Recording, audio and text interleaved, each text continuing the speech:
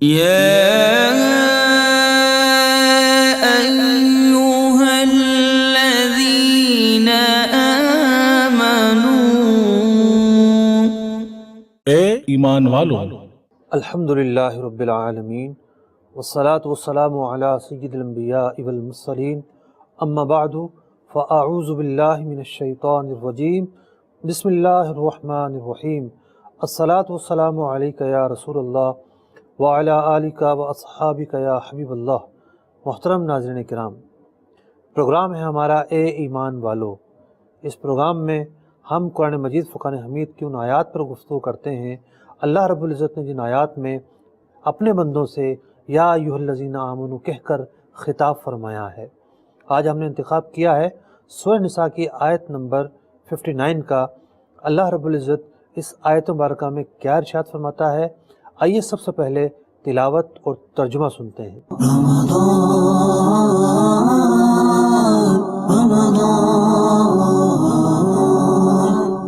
يا أيها الذين آمنوا أطيعوا الله وأطيعوا الرسول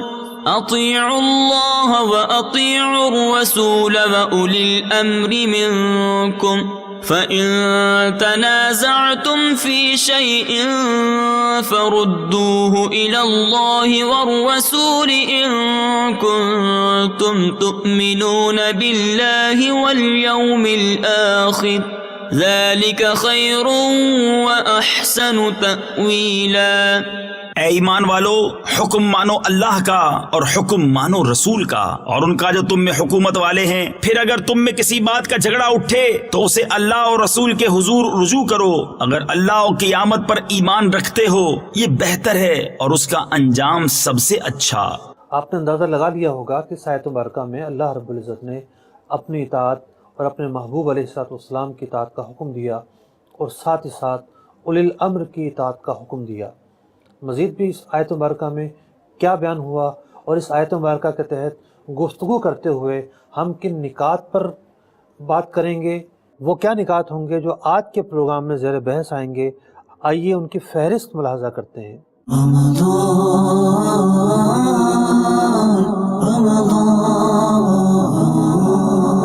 اللہ تعالیٰ کی اطاعت کا حکم، رسول اکرم صلی اللہ تعالیٰ علیہ وآلہ وسلم کی اطاعت کا حکم، اولی الامر کی اطاعت کا حکم، نئے مسائل کو قرآن و حدیث سے حل کرنا۔ قرآن مجید فرقان حمید کی یہ آیت مبارکہ دین اسلام کے جو اہم پلرز ہیں، جو بنیادیں ہیں، اس کو واضح کر رہی ہے۔ اس آیت مبارکہ میں سب سے پہلے یہ فرمایا گیا، یا ایھا الذین آمنوا اطیعوا اللہ و اطیعوا الرسول، اللہ کی اطاعت کرو اور رسول اکرم صلی اللہ علیہ وسلم کی اطاعت کرو۔ سب سے پہلا درجہ ہے اللہ تعالیٰ کی اطاعت کرنے کا۔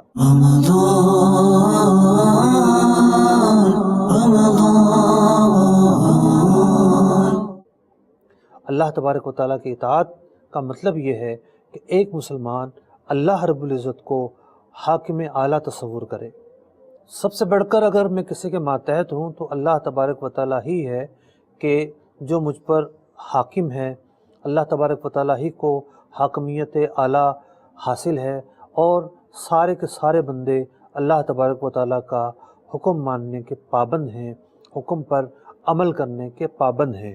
محترم ناظرین کرام، جب ہم یہ دیکھتے ہیں کہ حضرات صحابہ اکرام علیہم رضوان، ان کی زندگی کیسی زندگی تھی، باوجود یہ کہ ان کا ایک اپنا کلچر تھا، وہ اپنے رہن سہن کے ساتھ اپنی زندگیاں گزار رہے تھے، لیکن جب اسلام کی آغوش میں آئے اور جب قرآن نازل ہونا شروع ہوا اور قرآن پاک کی ایک آیت نازل ہوتی، جناب نماز فرض ہو گئی ہے، وہ نماز شروع کر دیتے، روزے فرض ہو گئے ہیں، روزے شروع کر دیتے، اللہ کی راہ میں قتال فرض ہو گیا ہے، اس میں وہ لگ جاتے، جہاد فرض ہو گیا تو جہاد میں مگن ہو جاتے۔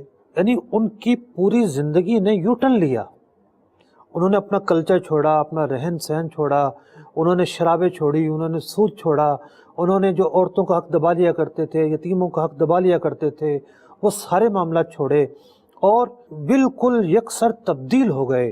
کیوں تبدیل ہوئے؟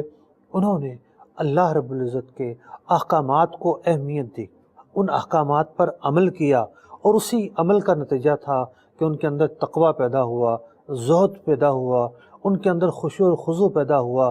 اللہ رب العزت نے صحابہ اکرام علیہم رضوان کی خود قرآن مجید فرقان حمید میں متعدد مرتبہ تعریفیں بیان کی، صالحین میں ان کو شمار کیا، متقیوں میں شمار کیا، ان کے اوصاف کو قرآن میں بیان کیا۔ اگر کوئی مرکزی چیز تھی جو صحابہ اکرام علیہم رضوان کو ممتاز کرتی ہے، سب سے بڑھ کر ہمارے سامنے جو چیز آتی ہے اس کا نام ہے اللہ رب العزت کی اطاعت۔ تو جب کوئی اللہ تعالیٰ کی اطاعت میں لگ جاتا ہے تو اسے پھر وہ دولت نصیب ہوتی ہے کہ جس سے قیمتی دولت کوئی نہیں ہے۔ قرآن کریم فرقان حمید وہ مبارک کتاب ہے کہ جو ہمیں بتاتی ہے اللہ رب العزت نے ہمیں کیا احکامات دیے ہیں، ہمیں کن چیزوں پر عمل کرنا ہے، ہمیں اپنی زندگی کے اندر کن چیزوں کو نافذ کرنا ہے۔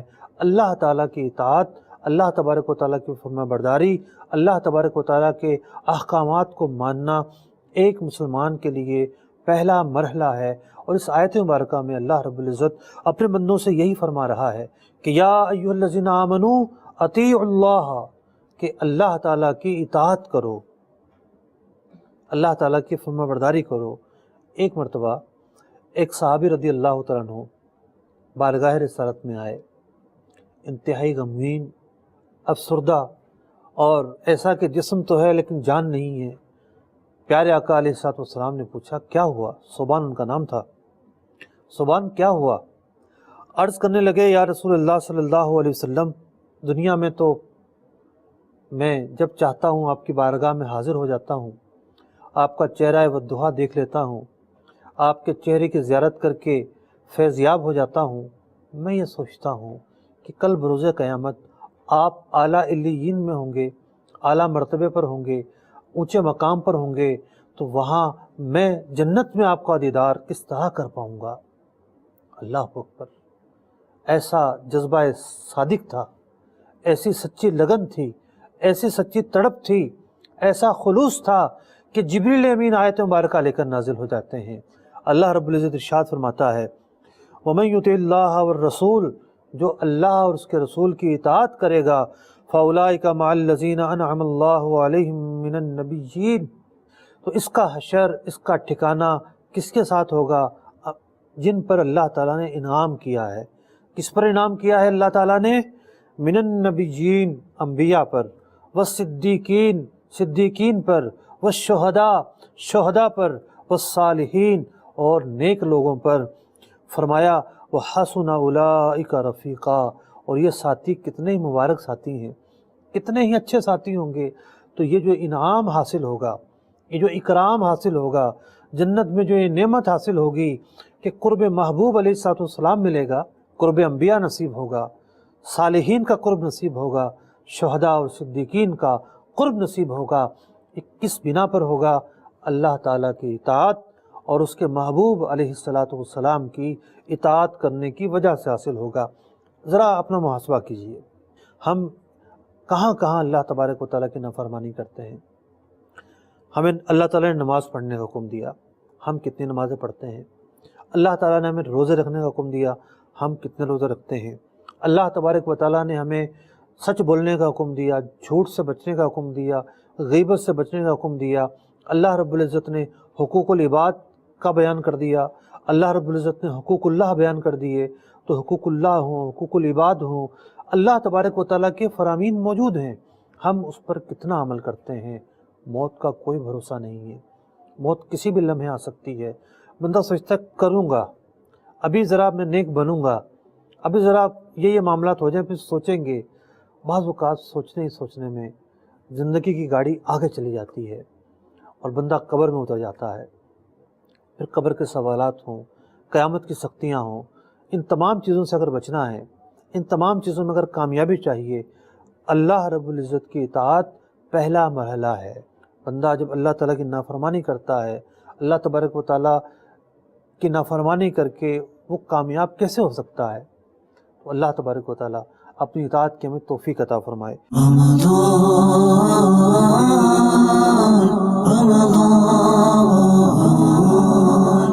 اس آیت مبارکہ میں جو اگلی بات بیان کی گئی وہ یہ بیان کی گئی وَأَطِيعُوا الرَّسُولَ، اور رسول اکرم صلی اللہ علیہ وسلم کی اطاعت کرو۔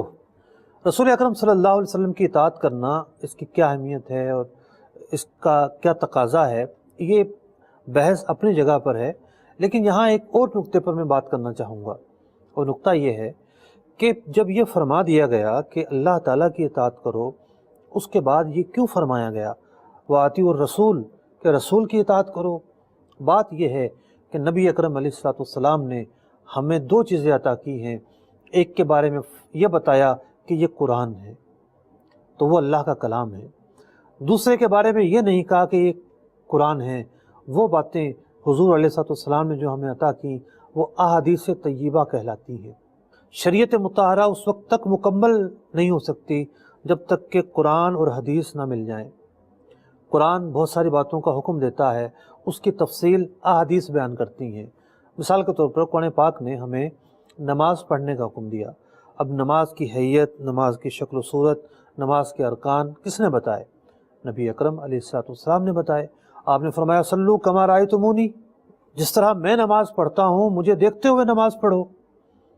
قرآن مجید فرقان حمید نے ہمیں حج کا حکم دیا، طواف کا طریقہ کیا ہوگا، سعی کا طریقہ کیا ہوگا، عرفات میں کس دن جمع ہونا ہے، مزدلفہ میں کس دن آنا ہے، قربانی کس دن کرنی ہے، حج کے واجبات کیا ہیں، نبی اکرم علیہ الصلوۃ والسلام نے ہمیں بتائے۔ قرآن نے ہمیں زکوٰۃ نکالنے کا حکم دیا، قابل زکوٰۃ اموال کون سے ہوں گے اور قابل زکوٰۃ اموال کون سے نہیں ہوں گے، کس نے بتایا؟ احادیث طیبہ نے بتایا۔ تو قرآن مجید فرقان حمید کے اندر اذان کے متعلق کوئی حکم نہیں ہے، قرآن مجید فرقان حمید کے اندر نماز جنازہ کے متعلق کوئی حکم نہیں ہے، قرآن مجید فرقان حمید کے اندر خطبہ جمعہ کے متعلق کوئی حکم نہیں ہے، اور بہت سارے ایسے احکام ہیں جو قرآن مجید فرقان حمید کے اندر ہم صراحتاً نہیں پاتے۔ احادیث مبارکہ، نبی اکرم علیہ الصلوۃ والسلام کے فرامین ہمیں شریعت کے وہ مسائل بتاتے ہیں، شریعت کے وہ احکامات بتاتے ہیں کہ جن کا ماخذ ہم احادیث طیبہ کو پاتے ہیں۔ تو نبی اکرم علیہ الصلوۃ والسلام کی جو حدیث ہے، یہاں سے اس کی اہمیت کا پتہ چلتا ہے کہ اگر حدیث کو اہمیت نہ دی جائے، حدیث کی کوئی حیثیت نہ ہو اور حدیث کی کوئی وقت نہ ہو، معاذ اللہ ثم معاذ اللہ، تو دین مکمل کیسے ہوگا؟ تو اللہ تعالیٰ کی اطاعت کے ساتھ ساتھ اللہ تعالیٰ کے حبیب علیہ الصلوۃ والسلام کی اطاعت کا مطلب یہ ہے کہ حضور علیہ الصلوۃ والسلام کے فرامین ہیں، جبھی تو اس پر عمل کرنا ہے۔ ایک اور آیت مبارکہ میں ارشاد ہوتا ہے وَمَا آتَاكُمُ الرَّسُولُ فَخُذُوهُ، جو کچھ یہ رسول تمہیں دیں وہ لے لو، وَمَا نَهَاكُمْ عَنْهُ فَانْتَهُوا، اور جو کچھ تمہیں منع کریں اس سے باز آ جاؤ۔ بخاری شریف کی ایک حدیث یاد آ رہی ہے، ایک عورت آئی اور آ کر کہنے لگی کہ جو تم بہوؤں کے متعلق کہتے ہو کہ عورتیں جو ہے ان کے اندر وضع قطع نہ کریں، یہ حکم کہاں لکھا ہوا ہے قرآن میں؟ قرآن سے دکھائیے مجھے۔ حضرت ابن مسعود رضی اللہ تعالیٰ عنہ قرآن پاک کی آیت پڑھتے ہیں کہ کیا قرآن میں تم نے یہ نہیں پڑھا وَمَا آتَاكُمُ الرَّسُولُ فَخُذُوهُ، کہ رسول تمہیں جو دیں وہ لے لو، وَمَا نَهَاكُمْ عَنْهُ فَانْتَهُوا، اور جس چیز سے منع کر دیں اس سے باز آ جاؤ۔ قرآن کا جب یہ حکم آ گیا تو اب جو حدیث ہیں وہ بھی قرآن ہی کے حکم کا حصہ ہیں۔ تو نبی اکرم علیہ الصلوۃ والسلام کی اطاعت بے حد ضروری ہے، اور وہ اطاعت ہمیں احادیث مبارکہ کے ذریعے ہی مل سکتی ہے۔ احادیث مبارکہ ہی ہمیں بتاتی ہیں کہ پیارے آقا علیہ الصلوۃ والسلام نے ہمیں کیا کیا چیزیں عطا کی ہیں، کیا کیا احکامات عطا کیے ہیں، کیا کیا طریقے بتائے ہیں، کیا نظام زندگی دیا ہے، کیا نظام معیشت دیا ہے، کیا نظام معاشرہ دیا ہے، کیا زندگی کے اخلاق و آداب دیے ہیں۔ احادیث مبارکہ ہر شعبے کے اندر ہماری رہنمائی کرتی ہیں۔ اللہ رب العزت ارشاد فرماتا ہے وَمَن يُطِعِ الرَّسُولَ فَقَدْ أَطَاعَ اللَّهَ، جس نے رسول کی اطاعت کی اس نے اللہ کی اطاعت کی۔ ایک اور جگہ ارشاد فرمایا گیا وَمَا يَنطِقُ عَنِ الْهَوَىٰ، یہ محبوب علیہ الصلوۃ والسلام جب کلام فرماتے ہیں، جب احادیث بیان فرماتے ہیں، اپنی طرف سے بیان نہیں کرتے، ان ہوا الا وحی یوحیٰ، بلکہ یہ تو اللہ تبارک و تعالیٰ کی طرف سے عطا کردہ وحی ہوتی ہے۔ علماء نے بیان کیا وحی کے دو حصے ہیں، ایک وحی مطلوع اور ایک غیر مطلوع۔ جس کے بارے میں حضور فرما دیں یہ اللہ کا کلام ہے تو وہ وحی مطلوع ہو جاتی ہے، وہ قرآن کہلاتا ہے۔ جس کے بارے میں یہ نہ فرمائے اللہ کا کلام ہے وہ احادیث طیبہ کہلاتی ہیں، وہ بھی نبی اکرم علیہ الصلوۃ والسلام کے قلب اطہر پر اللہ تعالیٰ کی طرف سے نازل ہوتی ہیں۔ تو جو احادیث کی اہمیت ہے وہ ہمیں پتہ چلتی ہے کہ نبی اکرم علیہ الصلوۃ والسلام کی اطاعت اسی وقت ہونی ہے کہ جب ہم احادیث مبارکہ پر عمل کریں گے، احادیث مبارکہ معلوم ہوں گی، احادیث مبارکہ کا علم ہوگا اور احادیث مبارکہ کو ہم تسلیم کریں گے۔ کوئی کہے کہ جی میں حدیثیں نہیں مانتا، اگر کوئی یہ کہے کہ نہیں جناب مجھے تو بس 10 حدیثوں کے علاوہ کسی حدیث پر اعتبار نہیں ہے، معاذ اللہ ثم معاذ اللہ۔ پوری امت مسلمہ کی خدمات احادیث طیبہ میں صرف ہوئیں، احادیث طیبہ کے بغیر عبادات ادا نہیں ہو سکتی، احادیث مبارکہ کے بغیر قرآن مجید فقان حمید کی تفسیر نہیں ہو سکتی، تو یہ کیسے کہا جا سکتا ہے کہ احادیث کی کوئی اہمیت نہیں؟ اہمیت ہے، اگرچہ کہ احادیث کے اندر فرق کیا گیا ہے۔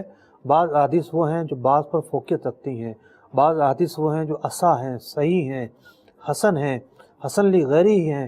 احادیث کی قسمیں ہیں، ان قسموں پر کلام ہوتا ہے، اور یاد رکھیے وہ کلام دراصل احادیث پر نہیں ہوتا، وہ حدیث کے راویوں پر ہوتا ہے کہ جناب اس حدیث کو روایت کیا ہے فلاں فلاں افراد نے، یہ سارے کے سارے افراد ثقہ ہیں، قوی ہیں، کامل حافظہ اور کامل ضبط رکھتے ہیں، لہٰذا یہ حدیث صحیح کے درجے پر ہے۔ جناب فلاں فلاں جو راوی ہیں ان میں سے ایک راوی ایسا ہے جو مجہول ہے، ایک راوی ایسا ہے جس پر کلام کیا گیا ہے، تو یہ جو کہا جاتا ہے کہ یہ حدیث ضعیف ہے، یہ حدیث صحیح ہے، یہ حدیث حسن ہے، وہ دراصل راویوں کے اعتبار سے کہا جاتا ہے، ورنہ جو قول رسول ہے وہ تو صحیح ہی صحیح ہے، اور قول رسول پر جو ہے کوئی قدغن نہیں ہو سکتی۔ یہ بات اور یہ گفتگو راویوں کے اعتبار سے ہوتی ہے، اور کچھ حدیث ایسی ہیں جن کو راویوں کے اعتبار سے ضعیف کہا گیا ہے، لیکن ہمارے علماء یہ بیان کرتے ہیں کہ ان احادیث سے احکام تو نہیں اخذ ہوتے، لیکن فضائل کے اعتبار سے، ترغیب اور ترہیب کے اعتبار سے وہ حدیث بیان کی جاتی ہیں، ان کو بیان کرنے میں کوئی کسی قسم کی قباحت نہیں ہوتی۔ یہی جمہور علماء کرام کا موقف ہے۔ اللہ تبارک و تعالیٰ کے حقوق ہم پر لازم ہیں، اور نبی اکرم علیہ السلام کے حقوق بھی ہم پر لازم ہیں، تو نبی اکرم علیہ السلام کی جو اطاعت ہے انہی حقوق میں سے ایک حق ہے۔ قاضی ایاز مالکی رحمۃ اللہ تعالی علیہ کی کتاب، دنیا بھر میں شہرت یافتہ کتاب، جس کے اندر پیارے آقا علیہ السلام کی سیرت کو بیان کیا گیا ہے، شاید ہی دنیا کا کوئی ملک ہو، کوئی شہر ہو جہاں یہ کتاب نہ پائی جاتی ہو۔ کتاب تو عربی میں لکھی گئی، لیکن اس کے اردو تراجم، اس کے انگریزی تراجم، دیگر زبانوں میں تراجم ہر جگہ ملتے ہیں۔ تو قاضی ایاز مالکی رحمۃ اللہ تعالی علیہ اپنی کتاب شفا شریف میں بیان کرتے ہیں کہ نبی اکرم علیہ السلام کے اپنے امتیوں پر 8 حقوق ہیں۔ پہلا حق یہ ہے کہ نبی اکرم علیہ السلام کو رسول جان کر آپ پر ایمان لایا جائے۔ دوسرا حق یہ ہے آپ صلی اللہ علیہ وسلم کی اتباع کی جائے۔ اطاعت میں اور اتباع میں فرق ہے۔ اللہ تعالیٰ نے اپنی اطاعت کا تو حکم دیا، لیکن اپنی اتباع کا حکم نہیں دیا۔ اتباع کا مطلب ہے نقل کرنا، یعنی نبی اکرم علیہ السلام نے جیسا لباس پہنا ویسا لباس پہننا، جس انداز میں آپ علیہ السلام بیٹھتے تھے اس انداز پر بیٹھنا، جس انداز پر آپ علیہ السلام کلام فرماتے تھے اس انداز پر کلام کرنا، جس انداز پر آپ علیہ السلام کا چلنا تھا اس انداز پر چلنا، جو انداز آپ کے سونے کا تھا اس انداز پر سونا۔ اتباع کہتے ہیں کسی کی نقل کرنے کو اور کسی کی اداؤں کو ادا کرنے کو۔ تو اتباع جو ہے بارگاہ رسالت کے حقوق میں سے ایک حق ہے، اور جو تیسرا حق ہے وہ ہے نبی اکرم علیہ السلام کی اطاعت کرنا۔ اطاعت یعنی فرما برداری کرنا، جو احکامات آپ نے دیے، جن باتوں سے آپ نے روکا ان احکامات پر عمل کرنا اور ان باتوں سے رکنا۔ تو اطاعت جو ہے وہ حقوق مصطفیٰ میں شامل ہے۔ چوتھا حق یہ بیان کیا کہ نبی اکرم علیہ السلام کی محبت کا ہونا، اور جب محبت ہوگی تو محبت ضرور اطاعت پر اکسائے گی، اتباع پر اکسائے گی۔ اور پانچواں حق یہ ہے آپ علیہ السلام کی تعظیم کرنا۔ چھٹا حق یہ ہے کہ نبی اکرم علیہ السلام کی مدح بیان کرنا، تعریف بیان کرنا، توصیف بیان کرنا، نعت بیان کرنا۔ ساتواں حق یہ ہے کہ درود پاک پڑھنا، اور آٹھواں حق یہ ہے کہ پیارے آقا علیہ السلام کی قبر انور کی زیارت کرنا۔ اور یہی وجہ ہے کہ مسلمانوں کے دل شوق سے بھرے رہتے ہیں، کب وہ گھڑی آئے کہ مدینہ پاک کی حاضری نصیب ہو اور نبی اکرم علیہ السلام کے روضہ انور پر حاضر ہوں، اور پیارے آقا علیہ السلام کی قبر انور پر کھڑے ہو کر بارگاہ رسالت میں سلام عرض کریں۔ اور پیارے آقا علیہ السلام کی بارگاہ میں حاضر ہونے کی تو کیا بات ہے۔ نبی اکرم علیہ السلام نے ارشاد فرمایا من زار قبری وجبت لہ شفاعتی، جس نے میری قبر انور کی زیارت کی میری شفاعت اس کے لیے لازم ہو گئی، اس پر واجب ہو گئی۔ تو بات یہ ہو رہی تھی کہ نبی اکرم علیہ السلام کے ہم پر حقوق ہیں، اس میں سے ایک حق ہے آپ کی اطاعت کرنا، فرما برداری کرنا۔ صحابہ اکرام علیہ رضوان کے جو محبت کے انداز ہیں ان کے جو پیارے آقا علیہ السلام پر فدا ہونے کے انداز ہیں، ان کے جو پیارے آقا علیہ السلام کے احکامات پر عمل کرنے کے جو انداز ہیں، ان کے اندر اطاعت ملتی ہے، ان کے اندر ہمیں جذبہ ملتا ہے۔ ایک صحابی رضی اللہ تعالیٰ عنہ سونے کی انگوٹھی پہن کر آئے، نبی اکرم علیہ السلام نے ارشاد فرمایا کیا تم میں سے کوئی چاہتا ہے کہ آگ کے انگارے کو اپنے ہاتھ میں ڈالے؟ آپ علیہ السلام نے اس کے ہاتھ سے وہ انگوٹھی نکال کر پھینک دی۔ پیارے آقا علیہ السلام چلے گئے۔ لوگوں نے کہا کہ ٹھیک ہے انگوٹھی مت پہنیے گا آئندہ، لیکن یہ انگوٹھی اٹھا تو لو۔ کہا کہ حضور علیہ السلام نے جس چیز کو نکال کر پھینک دیا ہے، میری عزت یہ گوارا نہیں کرتی کہ میں اس چیز کو دوبارہ اٹھاؤں۔ کیا جذبہ ہوا کرتا تھا۔ اطاعت ہی پہلی منزل ہوتی ہے کامیابی کی۔ مثال کے طور پر ایک جنگ ہو رہی ہے مسلمانوں کی کسی محاذ پر، اور کوئی جو کمانڈ کر رہا ہے کمانڈر، اس کی بات ہی نہ مانے، ایک یہاں نکل جائے، دوسرا وہاں نکل جائے، تیسرا وہاں نکل جائے، تو بتائیے کیا کامیابی نصیب ہوگی؟ کبھی بھی نصیب نہیں ہوگی۔ تو کمانڈ کو تسلیم کرنا، پیروی کرنا اور اس کمانڈ کے تحت چلنا، یہ پہلی منزل ہوا کرتی ہے۔ تو دین اسلام پر عمل کرنے کے لیے، سچا مسلمان بننے کے لیے، کامل مومن بننے کے لیے پہلی سیڑھی یہ ہے کہ ہم اللہ اور اس کے رسول کی اطاعت کریں، ان کا حکم مانیں، فرما برداری اختیار کریں، اپنے آپ کو نیچا کریں، اپنے آپ کو نافرمان نہ بنائیں، اپنے آپ کو آوارہ نہ بنائیں۔ اللہ تعالیٰ ہمیں اطاعت گزار بندہ بنائے، فرما بردار بندہ بنائے، عبادت کا، ایمان کا وہ خزانہ اللہ تبارک و تعالیٰ میں عطا فرمائے کہ اس کی حلاوت ہمارے قلب میں اور ہمارے دلوں میں محسوس ہو۔ اس آیت مبارکہ کے اگلے عنوان کی طرف چلتے ہیں۔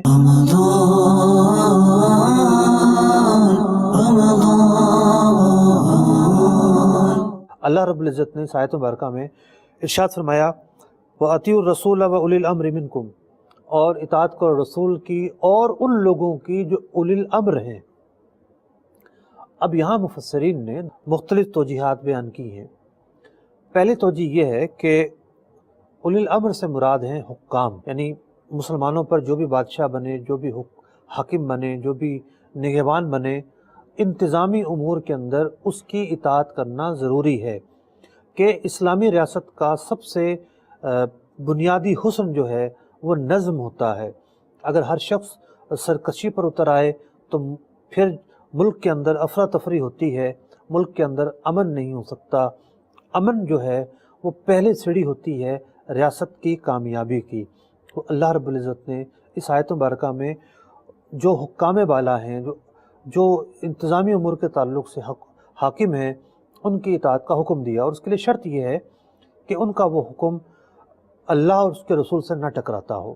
مثال کے طور پر گورنمنٹ ٹیکس لیتی ہے، ہم جن لوگوں پر ٹیکس بنتا ہے وہ ٹیکس دیتے ہیں۔ اسی طریقے سے چوراہوں پر سگنل لگے ہوتے ہیں۔ اب قرآن میں اور حدیث میں تو کہیں بھی یہ نہیں آیا کہ لال بتی جلے گی تو رک جانا ہے اور ہری بتی جلے گی تو چلتے رہنا ہے۔ چونکہ یہ ایک انتظامی امر ہے اور اس انتظامی امر کی وجہ سے نظم باقی ہے۔ ٹریفک کے اندر بندہ جو ہے وہ گتھم گتھا ہو جاتا ہے اور بھیڑ کا شکار ہو جاتا ہے اور بے ترتیبی کا شکار ہو جاتا ہے، لیکن یہ نظم اور اس نظم کی پابندی اور اس قانون کی پابندی خود ہمارے اوپر آسانیاں لے کر آتی ہے۔ تو ایک تفسیر تو یہ بیان کی گئی کہ اولی الامر سے مراد حکام بالا ہیں، اور جس سطح پر جو افسر بالا ہوتا ہے، جس کو کمانڈ ہوتی ہے، مثال کے طور پر اگر کوئی شخص کسی اسکول میں پڑھاتا ہے تو جو اس کا ہیڈ ماسٹر ہے وہ اس کے اوپر ایک انتظامی دسترس رکھتا ہے۔ کسی آفس میں ہے، اس کا جو باس ہے وہ انتظامی دسترس رکھتا ہے۔ جب بندہ کوئی ایگریمنٹ کرتا ہے اور جب بندہ کوئی معاہدہ کرتا ہے تو پھر وہ ایک نظم کے تحت چلتا ہے۔ تو اولی الامر سے مراد ہے انتظامی اختیارات رکھنے والے افراد کی اطاعت کرنا ان چیزوں میں جو اللہ اور اس کے رسول سے نہ ٹکراتی ہوں۔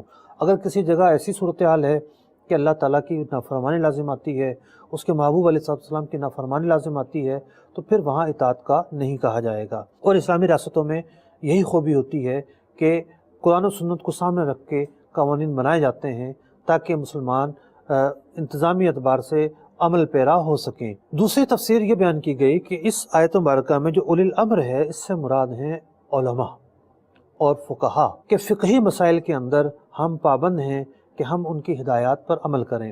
اب قرآن کا سیکھنا ہو یا احادیث کا سیکھنا ہو تو یہ ایک پورا سمندر ہے۔ قرآن ایک ایسا خزانہ ہے کہ جس پر ہر شخص جسے حاصل نہیں کر سکتا، پوری زندگی گزاری جاتی ہے۔ ہم نے جب دنیا میں دستور بنایا ہے کہ جہاز ہمارا پائلٹ اڑاتا ہے، کپڑے ہمارا درزی سیتا ہے، دوائیں ہمیں ڈاکٹر دیتا ہے، ہمارے پل انجینئر بناتا ہے، اور دنیا کے اندر شعبہ جات ہیں، ایک بندہ ماہر بنتا ہے، اپنی فیلڈ کے اندر مہارت اختیار کرتا ہے، تب جا کے وہ اپنی ماہرانہ رائے دینے پر قادر ہوتا ہے۔ یہی معاملہ دین کا ہے۔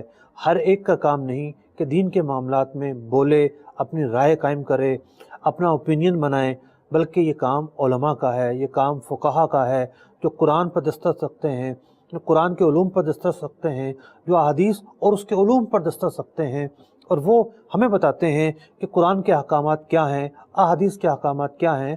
تو اس آیت مبارکہ کے اس حصے میں دوسری توجہ کے اعتبار سے علماء کی جو پیروی ہے، ان کی بات پر جو عمل کرنا ہے، اس کو بیان کیا گیا ہے۔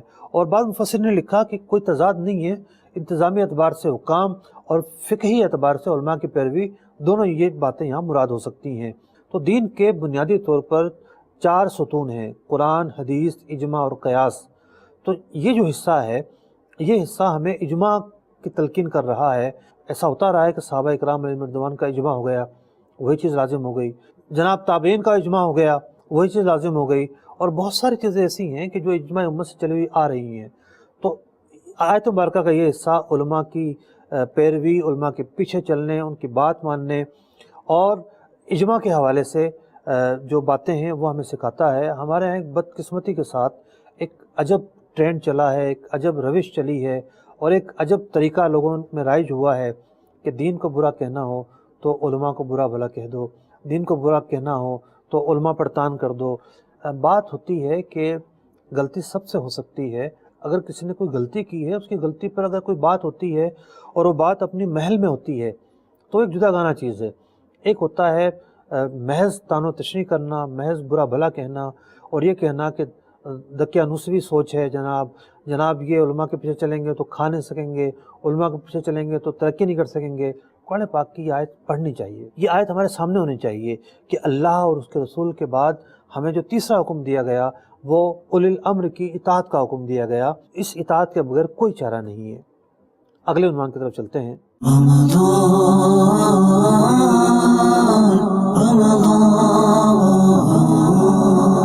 اگلا عنوان یہ ہے کہ نئے مسائل کو کس طرح حل کیا جائے، یعنی قیامت تک جو ایجادات ہیں وہ ہوتی رہیں گی، نئے مسائل پیش آتے رہیں گے۔ تو اس آیت مبارکہ میں اس بات کا بھی حل بیان کیا گیا ہے۔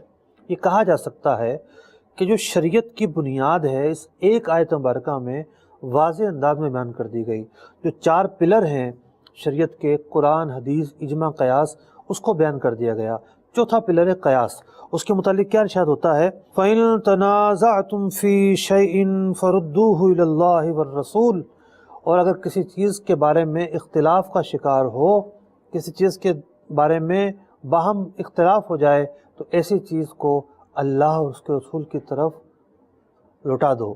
یعنی جو قرآن اور حدیث ہے اس کے ماخذ کو دیکھ کر، اس کے اصولوں کو دیکھ کر، اس کے ضابطوں کو دیکھ کر کسی مسئلے کا استنباط کیا جائے، یہ قیاس کہلاتا ہے۔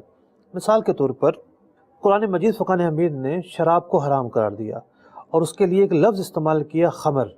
خمر کہتے ہیں اس شراب کو جو انگور سے بنائی جائے۔ جو بقیہ چیزوں سے بنائی جاتی تھی شرابیں، مثال کے طور پر چقندر سے بنائی جاتی ہے، گنے سے بنائی جاتی ہے، کھجور سے بنائی جاتی ہے، ان کا حکم کیا ہوگا؟ ان کا حکم اس خمر کی جو علت تھی، جو وجہ تھی، نشے کا آنا، اس سے یہ حکم نکال کر وہ جاری کیا گیا۔ تو یوں رہتی دنیا تک قرآن و حدیث سے حکم نکال کر اس پر عمل کرنا، یہ سلسلہ چلتا رہے گا۔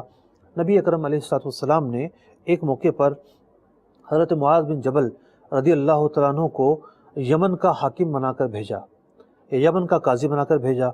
پوچھا کس چیز سے فیصلہ کرو گے، تمہارے فیصلہ کرنے کا معیار کیا ہوگا؟ تو عرض کی یا رسول اللہ صلی اللہ علیہ وسلم، میں قرآن سے، کتاب اللہ سے فیصلہ کروں گا۔ فرمایا اگر وہ حکم کتاب اللہ میں نہ پاؤ تو عرض کی یا رسول اللہ صلی اللہ علیہ وسلم، سنت رسول اللہ سے فیصلہ کروں گا۔ نبی اکرم علیہ السلام نے ارشاد فرمایا اگر اس میں بھی نہ پاؤ تو عرض کی اپنی رائے سے اجتہاد کروں گا۔ پتہ چلا کہ قرآن میں حکم نہ ہو تو اجتہاد ہوتا ہے، حدیث میں حکم نہ ہو تو اجتہاد ہوتا ہے۔ جو حکم قرآن میں ہو، حدیث میں ہو، اس کے مقابل میں اجتہاد عام طور پر نہیں ہوا کرتا۔ تو نبی اکرم علیہ السلام کہ یہ صحابی بارگاہ رسالت میں عرض کرتے ہیں، یا رسول اللہ صلی اللہ علیہ وسلم میں اجتہاد کروں گا اور اس میں کوتاہی نہیں کروں گا۔ تو نبی اکرم علیہ السلام کی یہ حدیث مبارکہ یہ بتاتی ہے کہ جو شریعت کے بنیادی قوانین ہیں، قرآن، حدیث، اجماع اور اس کے بعد درجہ ہے قیاس کا، قرآن و حدیث کے اصولوں کی روشنی میں نئے مسائل کا حل نکالا جاتا ہے۔ تو اس آیت مبارکہ میں جو چوتھا پلر ہے شریعت مطہرہ کا، اس کے متعلق بھی بیان کیا گیا۔ بہت ہی بنیادی آیت مبارکہ تھی، اس کے اندر فلسفی بھی ہے، اس کے اندر نظریہ بھی ہے، اس کے اندر احکام بھی ہیں، اس کے اندر جو شریعت مطہرہ کے بنیادی پلرز ہیں ان کی تفصیل بھی ہے۔ ایک آیت کے اندر کیسے کیسے خزانے، کیسے کیسے مطالب، کیسے کیسے مفہوم اور کیسے کیسے معنی پوشیدہ ہیں۔ ضرورت اس بات کی ہے ہم قرآن پڑھیں، قرآن فہمی کو اختیار کریں، قرآن کو سیکھیں، اپنا اشتغال، اپنا معمول، اپنی عادت یہ بنائیں کہ ہم قرآن پڑھتے رہیں، قرآن کے ساتھ ہماری مصروفیات جاری رہیں۔ قرآن نور ہے، جس دل کے اندر یہ نور آتا ہے روشنی پیدا کرتا ہے، خشوع پیدا کرتا ہے، تقویٰ پیدا کرتا ہے، زہد پیدا کرتا ہے۔ اللہ تبارک و تعالی ہمیں قرآن کے نور سے منور فرمائے۔ قرآن کے اندر جو خزانہ ہے لازوال خزانہ، اس خزانے سے اللہ تعالی ہمیں فیضیاب ہونے کی توفیق عطا فرمائے، ہمارے بچوں کو فیضیاب ہونے کی توفیق عطا فرمائے۔ اللہ نے چاہا تو کل ایک نئے موضوع کے ساتھ دوبارہ ملیں گے انشاءاللہ عز و جل۔